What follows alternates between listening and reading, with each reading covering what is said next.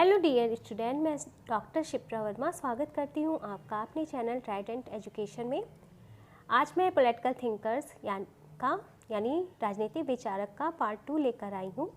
और ये जो वीडियो है वो TGT, PGT, net exam, GIC lecturer exam, assistant professor exam जो कि आपके प्रस्तावित हैं मई और जून में, तो उसके लिए अत्यंत महत्वपूर्ण वीडियो है। तो आप लोग ये मत क्वेरी में लिखा करिए कि ये किस एग्ज़ाम से रिलेटेड वीडियो है। इसके अतिरिक्त मैं आपको बताना चाहती हूँ कि मैं political science, civics, public administration, PSIR mains optional subject यानी जो यूपी PCS या स्टेट PCS में जिन्होंने PSIR या पब्लिक एडमिनिस्ट्रेशन सब्जेक्ट को चूज़ किया है, तो मैं उनके वीडियोस भी अपने चैनल पे प्रोवाइड करवाती हूँ आंसर राइटिंग के। तो आप लोग चाहें तो मुझसे जुड़ सकते हैं और मुझे मैसेज कर सकते हैं। इसके लिए आप लोग मुझे इंस्टा पे ज्वाइन कर लीजिए ट्राइडेंट एजुकेशन नाम से। वहाँ आप लोग मुझे मैसेज करेंगे तो आपके मैसेज के जवाब आपको मिल जाएंगे। चलिए शुरू करते हैं। पहला क्वेश्चन, किस राजनीतिक चिंतक ने अपनी आत्मकथा में लिखा कि उसकी माँ ने जुड़वा बच्चों को जन्म दिया, स्वयं उसे तथा डर? आपके ऑप्शन है, option A Jean Jacques Rousseau, option B Thomas Hobbes, option C John Locke, option D इनमें से कोई नहीं। देखिए, मैं जो क्वेश्चन की प्रैक्टिस करवा रही हूँ वो किसी न किसी एग्जाम में पूछे गए अत्यंत महत्वपूर्ण क्वेश्चन है। तो आप लोग ध्यान से अंत तक वीडियो को देखिएगा। वीडियो पसंद आया है तो उसे शेयर भी करिएगा और लाइक ज़रूर से कर दिया करिए। चैनल पर नए आए हैं तो प्लीज़ सब्सक्राइब द चैनल। चलिए बताइए इस क्वेश्चन का आंसर क्या होगा। तो इस क्वेश्चन का आंसर हो जाएगा ऑप्शन बी थॉमस हॉब्स। तो देखिए इसका आंसर क्या हो जाएगा, इसका आंसर हो जाएगा ऑप्शन बी यानी थॉमस हॉब्स। थॉमस हॉब्स ने अपनी आत्मकथा में लिखा कि उसकी माँ ने जुड़वा बच्चों को जन्म दिया, स्वयं उसे तथा डर को। हॉब्स का जन्म इंग्लैंड में माल्सबरी नामक स्थान पर 5 अप्रैल 1588 में हुआ था, जो इंग्लैंड पर स्पेन के भीषण आक्रमण का भी वर्ष था। आर्मेडा के युद्ध ने इंग्लैंड में सर्वत्र भय के वातावरण को उत्पन्न किया था और भय से उत्पन्न मनोवैज्ञानिक माहौल में हॉब्स का जन्म हुआ था। हॉब्स का कथन है कि आर्मेडा के वर्ष में उनकी जननी ने 2 जुड़वाओं को जन्म दिया, उसे तथा भय को। तो ये था इस क्वेश्चन से रिलेटेड एक्स्ट्रा फैक्ट। आप लोग चाहें तो विभिन्न राजनीतिक चिंतकों के वीडियो लेक्चर्स मैंने अपने चैनल पे बनाया है, तो आप लोग प्लेलिस्ट पे जाके, अलग से प्लेलिस्ट की है मैंने, उस पे जाके इनके वीडियोस को देख सकते हैं जो कि पूरा डिटेल इन्फॉर्मेशन देते हैं इनके बारे में। चलिए देखते हैं नेक्स्ट क्वेश्चन। दूसरा क्वेश्चन है आपके सामने सूची मिलान का। एक तरफ चिंतक दिए गए और दूसरी तरफ उनकी कृति यानी उनके द्वारा लिखी गई पुस्तकें दी गई हैं। तो ऑप्शन ए में है हॉब्स, उनके सामने द सोशल कॉन्ट्रैक्ट। बी में है लॉक, उनके सामने है लेवियाथन। सी में है रूसो, उनके सामने है टू ट्रीटाइजेस ऑन सिविल गवर्नमेंट। आपको ये जो कोड दिए ABCD, उनमें से बताना है कि कौन सा कोड के हिसाब से आंसर सही है। तो देखिए, थॉमस हॉब्स की पुस्तक थी क्या, लेवियाथन, ये तो सभी लोग जानते होंगे। लॉक की पुस्तक थी टू ट्रीटाइजेस ऑन सिविल गवर्नमेंट और रूसो की बुक थी द सोशल कॉन्ट्रैक्ट। तो इस तरह से इस क्वेश्चन का राइट आंसर क्या हो जाएगा, ऑप्शन सी यानी ए का 2, बी का 3 और सी का 1। ठीक है, तो इस क्वेश्चन का राइट आंसर क्या हो जाएगा, ऑप्शन सी। देखिए, जो हॉब्स ने पुस्तक लिखी थी लेवियाथन, उसके प्रकाशन का क्रम ये वर्ष था 1651। लॉक ने जो बुक लिखी थी टू ट्रीटाइजेस ऑन सिविल गवर्नमेंट, उसके प्रकाशन का वर्ष था 1690। और रूसो ने जो बुक लिखी थी द सोशल कॉन्ट्रैक्ट, उसके प्रकाशन का वर्ष था 1762। तो अक्सर ये प्रकाशन का वर्ष भी पूछ लेता है, इसलिए मैंने आपको बता लिया। आप लोग चाहें तो वीडियो को पॉज करके उसे नोट डाउन भी कर सकते हैं। तीसरा क्वेश्चन है आपके सामने, रूसो के लिए किसी सामान्य इच्छा के अभिव्यक्ति के रूप में माना जाता है। आपके ऑप्शन है, ऑप्शन ए सत्य या सही, ऑप्शन बी कर्तव्य, ऑप्शन सी शक्ति और ऑप्शन डी कानून। रूसो के लिए किसी सामान्य इच्छा की अभिव्यक्ति के रूप में जाना जाता है। इस क्वेश्चन का आंसर आपको बताना है। तो इस क्वेश्चन का राइट आंसर हो जाएगा ऑप्शन डी कानून। देखिए, रूसो ने सामान्य इच्छा का विचार जो दिया था, तो उसके विचारों का केंद्र बिंदु क्या था, सामान्य इच्छा। ठीक है, तो रूसो के अनुसार मनुष्य में 2 प्रकार की इच्छा पाई जाती है। प्रथम समुदाय के कल्याण की इच्छा और द्वितीय स्वार्थपूर्ण इच्छा। तो सामान्य इच्छा का अभिप्राय क्या है, संपूर्ण समाज की भलाई की इच्छा से है। और इसके साथ ही उन्होंने सामान्य इच्छा को सदैव ही सत्य माना जाता है, ये भी कहा था। अर्थात ये जो इच्छा है वो सत्य का प्रतिनिधित्व करती है, किंतु इसकी अभिव्यक्ति, इस सत्य की अभिव्यक्ति किस रूप में होती है? कानून के रूप में। तो इनके कहने का अर्थ था कि सदैव जो सत्य होता है वो सामान्य इच्छा होती है, और जो सामान्य इच्छा की अभिव्यक्ति किस रूप में की जाती है? कानून के रूप में। तो इस तरह से इस क्वेश्चन का राइट आंसर क्या हो जाएगा? ऑप्शन डी, कानून। चलिए देखते हैं नेक्स्ट क्वेश्चन। क्वेश्चन है आपके सामने, शक्ति का स्थानांतरण हो सकता है ना कि इच्छा का, जो कि संप्रभु होती है, यह किसने कहा था? आपके option A Hobbes, option B Bodin, option C Rousseau, option D Austin. शक्ति का स्थानांतरण हो सकता है ना कि इच्छा का, जो कि संप्रभु होती है, यह किसने कहा था? तो इस क्वेश्चन का राइट आंसर हो जाएगा ऑप्शन सी, रूसो। रूसो अपनी प्रसिद्ध रचना द सोशल कॉन्ट्रैक्ट में हॉब्स के लेवियाथन के समान ही सामान्य इच्छा को संप्रभुताधारी बना देते हैं। ठीक है, रूसो ने सामान्य इच्छा को संप्रभुताधारी बना दिया। उनके अनुसार शासन सत्ता में परिवर्तन होता रहता है, किंतु इच्छा, जो कि राज्य की सर्वश्रेष्ठ अभिव्यक्ति है, का स्थानांतरण संभव नहीं है, क्योंकि रूसो की सामान्य इच्छा की जो विशेषताएं थी वो थी अखंडता, अदेयता, अविच्छेद्यता, सर्वोच्च तथा निरंकुश, लोक कल्याणकारी, अस्थायी, विवेक पर आधारित और औचित्यपूर्ण इच्छा। तो सामान्य इच्छा का स्थानांतरण नहीं हो सकता है, क्योंकि यह संप्रभुताधारी हो जाती है। जो सामान्य इच्छा है वो संप्रभुताधारी है, इसलिए इसका स्थानांतरण नहीं हो सकता है। ये रूसो का कथन था। क्वेश्चन है आपके सामने, किसे पहले स्वप्नलोकी राजनीतिक विचारक के रूप में माना जाता है? आपके ऑप्शन ए अरस्तु, option B Locke, option C Plato, option D JS. मिल।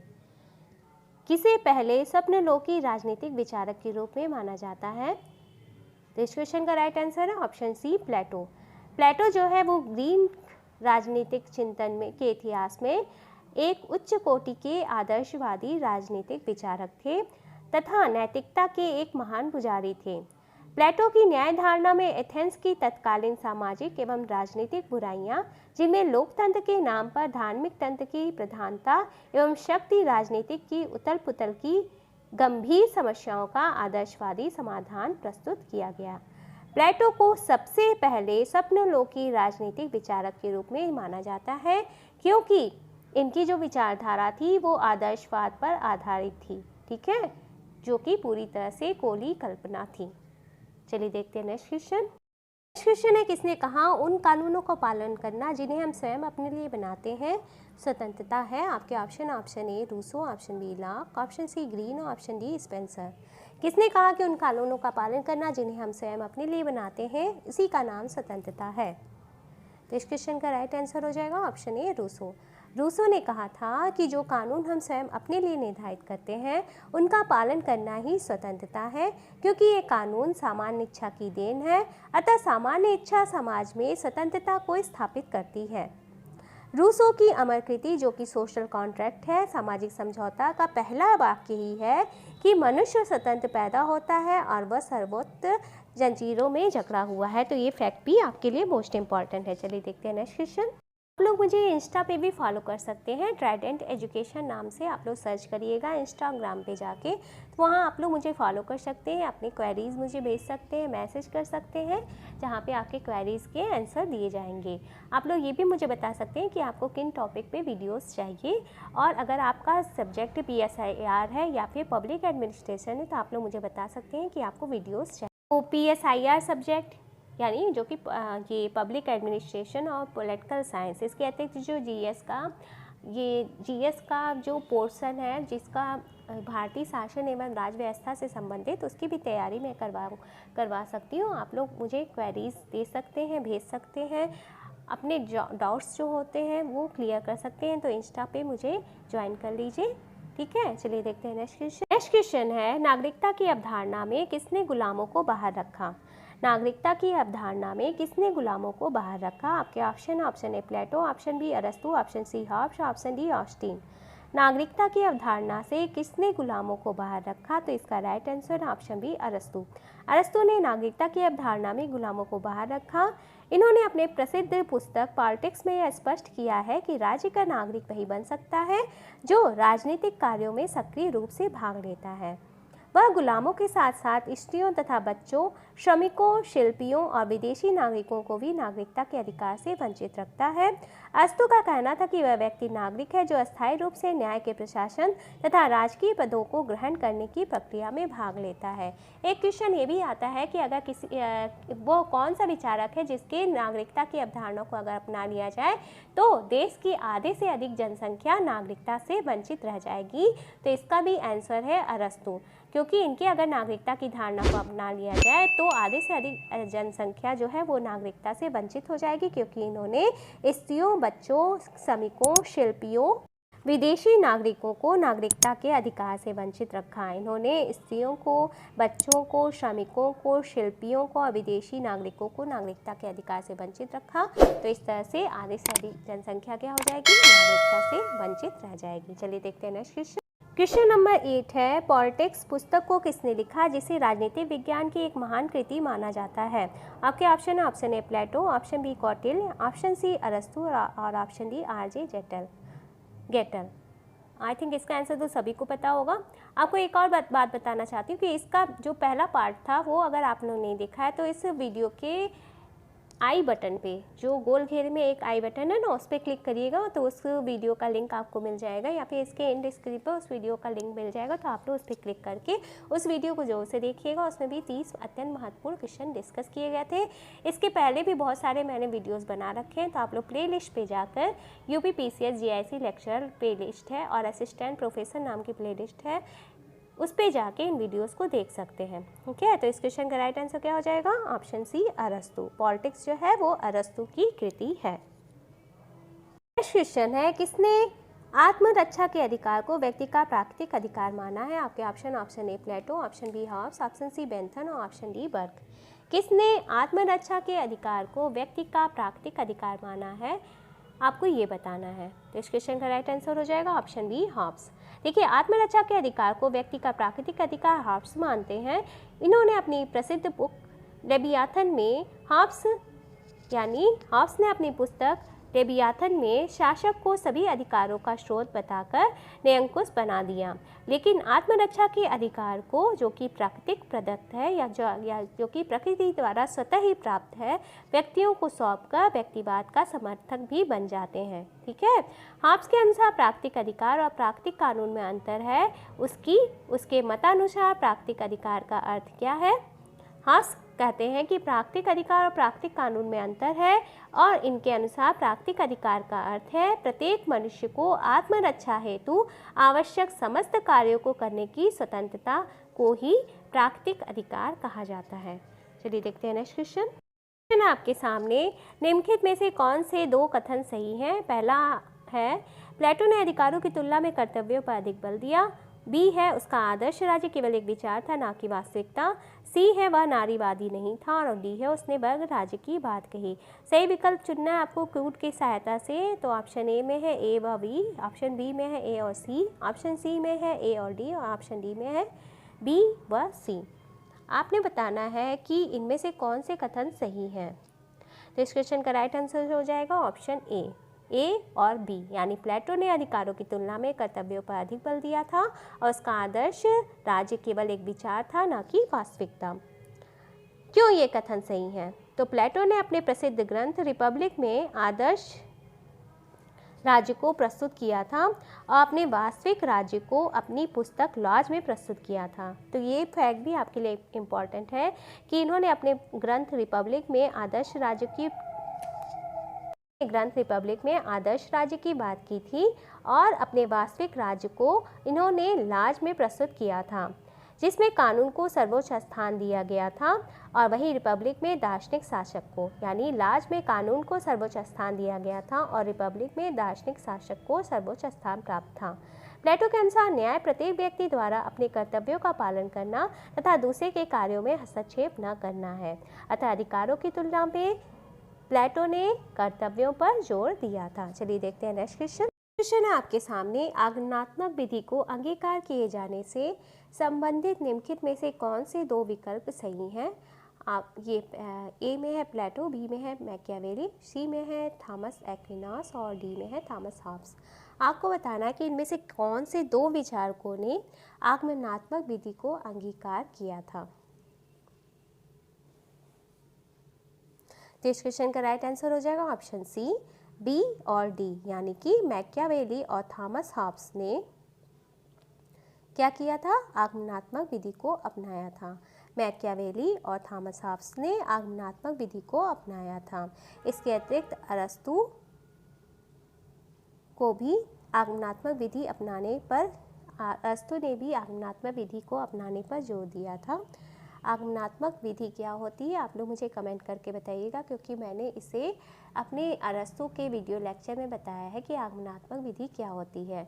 तो आप लोगों ने अगर उस वीडियो को नहीं देखा है तो देख लीजिए, क्योंकि उसमें मैंने डिटेल में समझाया है कि आगमनात्मक विधि क्या होती है। तो आगमनात्मक विधि को अरस्तु, मैकियावेली और थॉमस हॉब्स आदि विचारकों ने अपनाया था। चलिए देखते हैं नेक्स्ट क्वेश्चन। क्वेश्चन है आपके सामने, नीचे दो अभिकथन दिए गए हैं जिनमें से एक को अभिकथन ए के रूप में और दूसरे को तर्क आर कहा गया है। तो अभिकथन ए है आपके सामने कि प्लेटो के अनुसार मनुष्य की आत्मा में 3 घटक होते हैं, विवेक, साहस और क्षुधा। तर्क आर है राज्य व्यक्ति का विराट रूप है। तो सही विकल्प चुनिए। ऑप्शन ए है ए और आर दोनों सही हैं तथा आर ए की सही व्याख्या है। ऑप्शन बी है ए और आर दोनों सही हैं लेकिन आर ए की सही व्याख्या नहीं है। ऑप्शन सी है ए सही है लेकिन आर गलत है। ऑप्शन डी है ए गलत है लेकिन आर सही है। ये क्वेश्चन यूजीसी नेट एग्ज़ाम दिसंबर 2019 में पूछा गया है। आपको बताना है कि ये जो कथन और तर्क है वो क्या सही है। अगर ये सही है तो क्या ये एक दूसरे की व्याख्या करते हैं, और क्या कथन ए सही है, आर तर्क गलत है, या फिर कथन गलत है या तर्क सही है। तो इस क्वेश्चन का राइट आंसर है ऑप्शन डी, यानी कि ए कथन जो है वो क्या है। इस क्वेश्चन का राइट आंसर क्या हो जाएगा बताइए।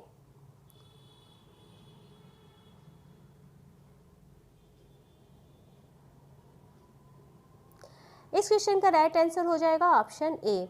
देखिए, इसको जो नेट एग्ज़ाम जब हुआ था तो इंग्लिश ट्रांसलेशन में एप्टीट्यूड शब्द दिया गया था, तो आयोग ने इसका आंसर यानी नेट यूजीसी ने इसका आंसर डी माना था। लेकिन हिंदी कथन के हिसाब से जब हम जाएंगे तो इसका ए कथन सही है, यानी कथन और कारण दोनों सही हैं और आर ए की सही व्याख्या करता है, यानी तर्क जो है वो कथन की सही व्याख्या करता है। लेकिन इंग्लिश वर्जन में जब हम देखेंगे, इंग्लिश वर्जन को आधार मानकर इसका आंसर डी दिया था, ठीक है, क्योंकि इंग्लिश वर्जन में जो था प्रयुक्त शब्द था वो एप्टीट्यूड था।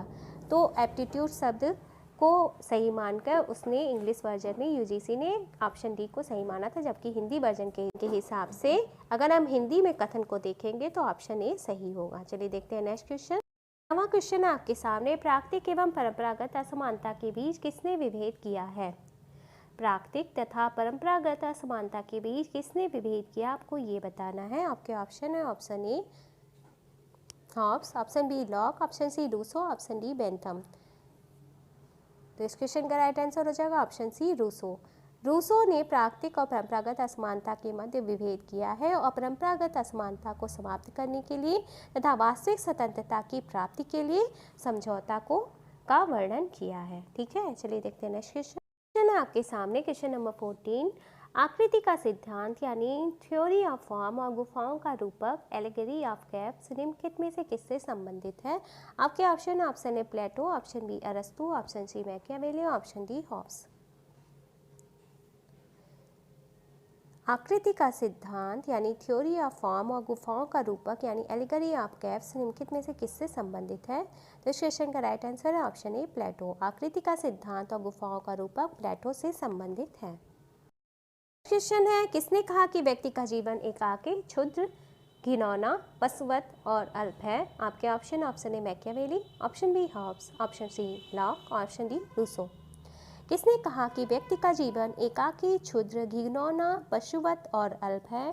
तो इस क्वेश्चन का राइट आंसर है ऑप्शन बी हॉब्स। 16वीं शताब्दी के प्रसिद्ध राजनीतिक विचारक थॉमस हॉब्स ने कहा कि व्यक्ति का जीवन एकाकी, क्षुद्र, घिनौना, पशुवत और अल्प है, क्योंकि हॉब्स ने अपने सामाजिक समझौता सिद्धांत में प्राकृतिक अवस्था एवं मनुष्य की प्रकृति से संबंधित विचारों का प्रतिपादन करके किया था, किसमें, लेवियाथन में। और इसमें उन्होंने कहा था कि व्यक्ति की स्वाभाविक अच्छाई जो है वो उसमें लाक का विश्वास था। लाक का व्यक्ति की स्वाभाविक अच्छाई में विश्वास था, जबकि रूसो व्यक्ति को सीधे सादे पशु की श्रेणी में रखता है। और मैकियावेली क्या कहता था कि व्यक्ति ये नितांत अवसरवादी होता है। तो ये कथन हॉब्स का है, क्योंकि हॉब्स का कहना था कि प्राकृतिक अवस्था में व्यक्ति का जीवन क्या था, एकाकी, क्षुद्र, घिनौना, पशुवत और अल्प। चलिए देखते हैं नेक्स्ट क्वेश्चन। 16वां क्वेश्चन है आपके सामने। अंग्रेज सोचते हैं कि वे स्वतंत्र हैं, जबकि वे केवल संसद के सदस्यों के चुनाव के समय ही स्वतंत्र होते हैं। यह कथन किसका है? आपके option A J.S. Mill, option B T.H. Green, option C Locke और ऑप्शन डी रूसो। अंग्रेज सोचते हैं कि वे स्वतंत्र हैं, जबकि वे केवल संसद के सदस्यों के चुनाव के समय ही स्वतंत्र होते हैं। यह कथन है ऑप्शन डी रूसो का। देखिए, प्रसिद्ध प्रकृतिवादी विचारक रूसो का कहना था कि अंग्रेज सोचते हैं कि वे स्वतंत्र हैं, जबकि वे केवल संसद के सदस्यों के चुनाव के समय ही स्वतंत्र होते हैं। रूसो तत्कालीन ब्रिटिश लोकतंत्र में जन सहभागिता के प्रकृति एवं स्वरूप की आलोचना करते हुए ऐसा कथन कहते हैं। रूसो को जन संप्रभुता का प्रतिपादक माना जाता है, यानी पॉपुलर सॉवरेनिटी का सिद्धांत किसने दिया था? रूसो ने दिया था। चलिए देखते हैं नेक्स्ट क्वेश्चन। नवा क्वेश्चन है आपके सामने। अरस्तु की उपेक्षा करने वाला पहला आधुनिक राजनीतिक विचारक कौन था? आपके option A Machiavelli, option B बोंदा, ऑप्शन सी लॉक और ऑप्शन डी हॉब्स। अरस्तु की उपेक्षा करने वाला पहला आधुनिक राजनीतिक विचारक कौन था? आपको ये बताना है। इस क्वेश्चन का राइट आंसर हो जाएगा ऑप्शन डी हॉब्स। अरस्तु की उपेक्षा करने वाला पहला आधुनिक राजनीतिक विचारक हॉब्स था। देखिए, आप लोग कमेंट सेक्शन में अपना आंसर मुझे कमेंट करके बताया करिए क्वेश्चन वाइज। आप लोग देखिए आपके कितने क्वेश्चन के आंसर सही हो रहे हैं। इसे आप क्विज के रूप में लीजिए, तो क्विज के अंत में आप लोग देखिए कि आपने कितने क्वेश्चन के आंसर सही दिए हैं। तो आप लोग कमेंट सेक्शन में कमेंट करके अपने क्वेश्चन के कितने क्वेश्चन के आपने सही आंसर दिए हैं जो उसे बताया करिए। देखिए, थॉमस हॉब्स का प्रसिद्ध कथन था कि ज्ञान का अंत शक्ति है। ठीक है, उन्होंने डी कार्पोरे, जो कि उन्होंने 1655 में लिखी थी बुक, उसमें ये कहा था कि ज्ञान का अंत शक्ति है। थॉमस हॉब्स वे राजनीतिक विज्ञान का अध्ययन ज्यामिति, भौतिकी और मनोविज्ञान की सहायता से किया था। थॉमस हॉब्स ने राजनीतिक विज्ञान का अध्ययन ज्यामिति, भौतिकी और मनोविज्ञान की सहायता से किया था। ठीक है, तो और थॉमस हॉब्स जो थे वो विशुद्ध भौतिकवादी विचारक थे, और हॉब्स का कहना था कि व्यक्ति और संपूर्ण विश्व भौतिक अणुओं के समुच्चय से निर्मित हैं। चलिए देखते हैं नेक्स्ट क्वेश्चन। देखिए, 18वां क्वेश्चन जो है वो सूची मिलान का है। तो एक तरफ है ए में शांति, उसके सामने है प्लेटो, बी है स्वर्णिम संतुलन, उसके सामने गांधी, सी है गुफा का साजिश, उसके सामने अरस्तु, और डी है भाग्य स्त्री की भांति, उसके सामने मैकियावेली। तो कूट की सहायता से आपको क्वेश्चन का आंसर बताना है। आप लोग चाहें तो वीडियो को पॉज भी कर सकते हैं और सही आंसर बताइए अपना कमेंट सेक्शन में। मुझे जो से बताया करिए आपके कितने क्वेश्चन के आंसर सही हुए। तो इस क्वेश्चन का राइट आंसर है ऑप्शन बी, यानी कि शांति का संबंध गांधी से है, स्वर्णिम संतुलन का संबंध अरस्तु से है, गुफा का सादृश्य का संबंध प्लेटो से है, और भाग्य स्त्री की भांति है, इसका संबंध है मैकियावेली से। तो इस तरह से इस क्वेश्चन का राइट आंसर हो जाएगा ऑप्शन बी, यानी ए का 2, बी का 3, सी का 1 और डी का 4। चलिए देखते हैं नेक्स्ट क्वेश्चन। 19वां क्वेश्चन है आपके सामने। सामाजिक समुदाय के सभी सिद्धांतकारों के संदर्भ में निम्नलिखित में से क्या सही है? आपके ऑप्शन ए विधि और नैतिकता के बीच भेद मिटाना, ऑप्शन बी अंतर्जात अधिकारों में विश्वास, ऑप्शन सी सामाजिक सहमति के साथ लोक सत्ता का निर्माण, ऑप्शन डी शक्ति पृथक्करण का सिद्धांत।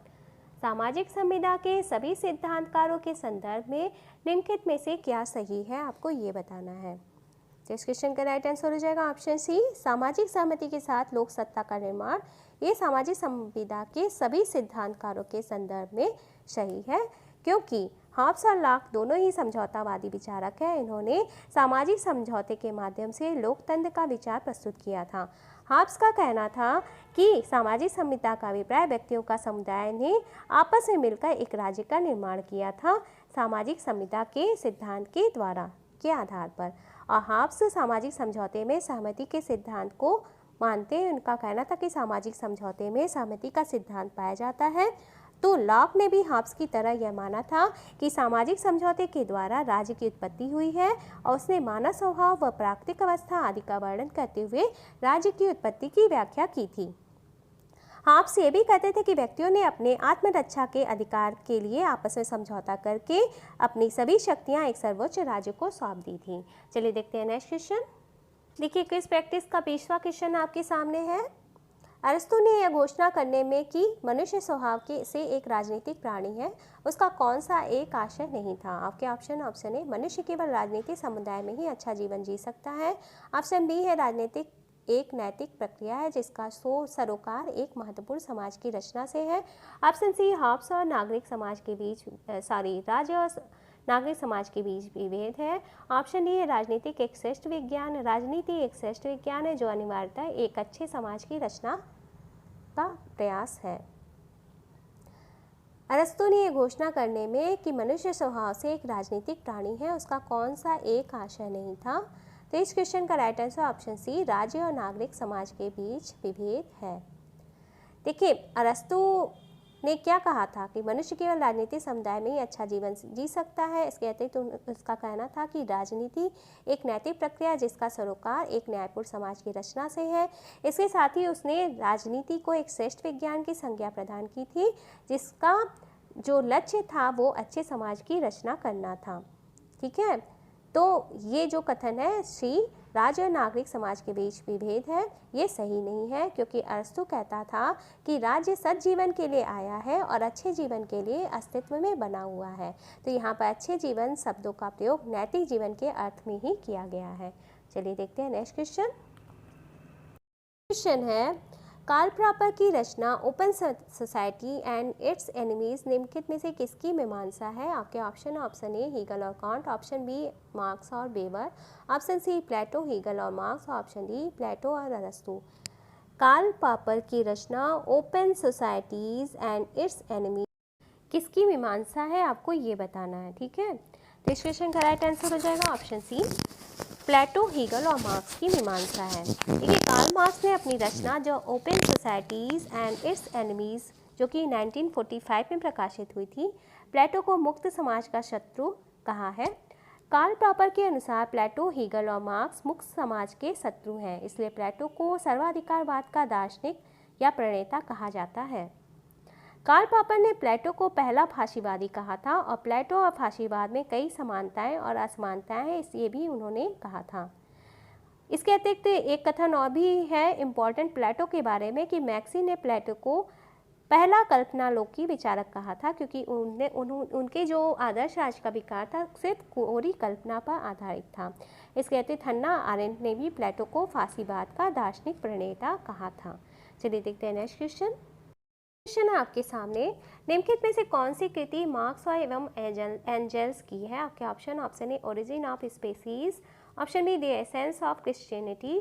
Option C, German ideology. Option D, historical इनएबिटेबिलिटी।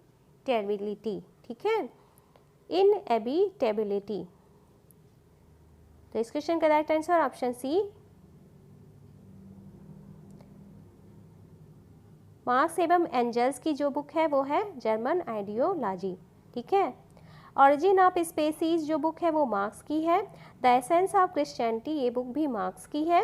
Historical inability ये भी बुक है मार्क्स की। इसके अतिरिक्त द कम्युनिस्ट मैनिफेस्टो और होली फैमिली भी कार्ल मार्क्स और एंजल्स की पुस्तक है, जो कि द कम्युनिस्ट मैनिफेस्टो 1848 में प्रकाशित हुई थी और होली फैमिली 1845 में प्रकाशित हुई थी। ये दोनों बुक भी मार्क्स और एंजल्स की है, तो आप लोग चाहें तो इसे नोट डाउन कर सकते हैं। चलिए देखते हैं नेक्स्ट क्वेश्चन। निम्नलिखित में से कौन सी एक किताब प्लेटो द्वारा नहीं लिखी गई है? आपके ऑप्शन है option A, the Republic. Option B, the Statesman. Option C, the Laws. Option D, constitutions. कौन सी पुस्तक प्लेटो द्वारा नहीं लिखी गई है? तो इस क्वेश्चन का राइट आंसर है option D, constitution. The republic, the statesman, the laws, Meno, symposium, Phaedo, Socratic, dialogues, apology, Gorgias Plato की रचना है, जबकि कॉन्स्टिट्यूशन प्लेटो की रचना नहीं है। चलिए देखते हैं नेक्स्ट क्वेश्चन। 24th क्वेश्चन है आपके सामने, प्लेटो की पुस्तक रिपब्लिक का केंद्रीय विषय किससे संबंधित है? केंद्रीय विषय क्या है प्लेटो की रिपब्लिक का? ऑप्शन ए, आदर्श राज्य की स्थापना। ऑप्शन बी, आदर्श शिक्षा पद्धति। ऑप्शन सी, न्याय की व्याख्या एवं प्राप्ति। और ऑप्शन डी, समाजवाद की स्थापना। प्लेटो का जो ग्रंथ था रिपब्लिक, उसका केंद्रीय विषय क्या है? ऑप्शन सी, न्याय की व्याख्या एवं प्राप्ति। क्योंकि प्लेटो की पुस्तक जो रिपब्लिक है उसका क्या है, केंद्रीय विषय क्या है? वो आदर्श राज्य की जो स्थापना करता है वो न्याय पर आधारित है। तो प्लेटो के न्याय सिद्धांत के अंतर्गत राज्य में दार्शनिक वर्ग के शासन का समर्थन किया गया है और सैनिक वर्ग तथा उत्पादक वर्ग को अपने अपने स्वभाव के अनुरूप भूमिकाएं सौंपी गई हैं, जिन्हें अपने अपने लिए उपयुक्त सद्गुणों का आचरण करते हुए दार्शनिक शासकों के नियंत्रण में रहने का दायित्व सौंपा गया है। तो इसका केंद्रीय विषय है न्याय की व्याख्या एवं प्राप्ति। चलिए देखते हैं लास्ट क्वेश्चन। देखिए, आप लोग को ये क्विज सेशन पसंद आ रहा है तो इसे जल्दी से जल्दी लाइक कर दीजिए, शेयर जरूर से कर दीजिए। जिनका अपने दोस्तों में कम से कम 1 लोग 10 लोगों में 10 दोस्तों में इस वीडियो को शेयर करें, बिकॉज शेयरिंग इज केयरिंग। जिसका सब्जेक्ट भी पॉलिटिकल साइंस सिविक्स है, पॉलिटिकल साइंस या सिविक्स है, जो नेट की तैयारी कर रहे हैं, टीजीटी पीजीटी या फिर जीआईसी लेक्चर की एग्ज़ाम की तैयारी कर रहे हैं या फिर असिस्टेंट प्रोफेसर एग्ज़ाम की तैयारी कर रहे हैं, उनमें इन वीडियो को शेयर कर दीजिए। और चैनल पे नया है तो प्लीज़ सब्सक्राइब द चैनल और बेल आइकन को क्लिक कर दीजिएगा ताकि मेरे सभी वीडियो के नोटिफिकेशन आपको मिल सके। तो लास्ट क्वेश्चन है आपके सामने, किसने कहा कि जो अरस्तु का आदर्श राज्य है वही प्लेटो का द्वितीय सर्वश्रेष्ठ राज्य है? आपके option A Hegel, option B Laski, option C Sabine और ऑप्शन डी ग्रीन। किसने कहा कि जो अरस्तु का आदर्श राज्य है वही प्लेटो का द्वितीय सर्वश्रेष्ठ राज्य है? ये जो कहा था वो थे विचारक सेबाइन। ठीक है, ऑप्शन सी सेबाइन। देखिए, सेबाइन ने अपनी पुस्तक ए हिस्ट्री ऑफ पॉलिटिकल थॉट जो कि 1937 में प्रकाशित हुई थी, उसमें प्लेटो अरस्तु की राज्य संबंधी अवधारणाओं का अध्ययन किया था। इनके अनुसार जो अरस्तु का आदर्श राज्य है वो प्लेटो का द्वितीय सर्वश्रेष्ठ राज्य है। उनकी बुक का नाम क्या था? ए हिस्ट्री ऑफ पॉलिटिकल थॉट, और ये प्रकाशित हुई थी 1937 में। तो डियर स्टूडेंट्स, ये था आज का प्रैक्टिस सेट, जिसके अंतर्गत मैंने 25 अत्यंत महत्वपूर्ण क्वेश्चन की चर्चा की, उनसे रिलेटेड फैक्ट्स आपको बताएं। अगर आपको ये मेरा प्रयास ये किस सेशन पसंद आ रहा है तो इसे लाइक जरूर से कर दीजिएगा, क्योंकि आपका लाइक मुझे मोटिवेट करता है।